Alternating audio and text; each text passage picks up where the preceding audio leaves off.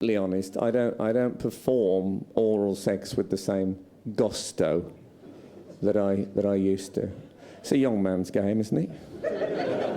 Yeah, I'm not even sure that what I do nowadays actually qualifies as oral sex. I would say, 90% of the preliminary work with my nose. And do you know, I have never had a word of complaint. I think from the other end it feels exactly the same. From my end it's so much easier. I can't tell you. You just get into a sort of rhythmic nodding motion. And you wait, and it's as simple as that. It's perfect for a middle-aged man, because it's very light being at a status quo gig. Here we are, and here we are, and here we... I don't sing along, I should I should point out.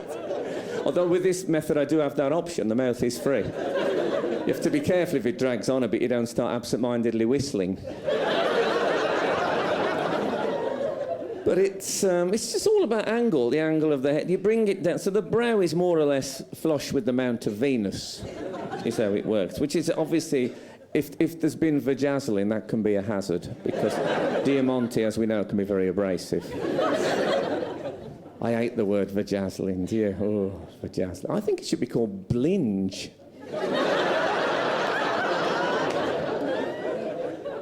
But as I say, you know, I realise it's a sordid topic, but I don't bring the tongue in now until, you know, the very end, to be honest. Really just to, you know, dot the I's and cross the T's.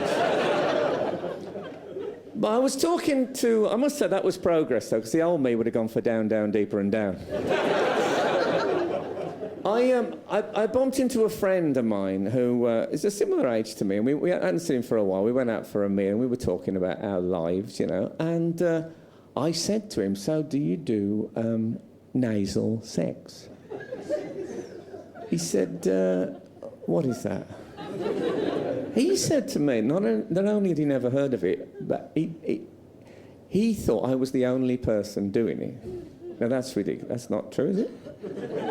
Looking for some men nodding. Rhythmically, ideally. No, my theory with this is that sexual activities don't enter the public domain and don't become generally well known unless they've got a catchy little nickname, you know, like Moth Dive or Tit Wank, you know, Sack Snorkeling. They're the big three, I would say. You know, some nights I hear myself saying these things and I'm disgusted. But not tonight. It's funny, isn't it? No, if you're asking me what should be a catchy little nickname for nasal sex, fuck knows.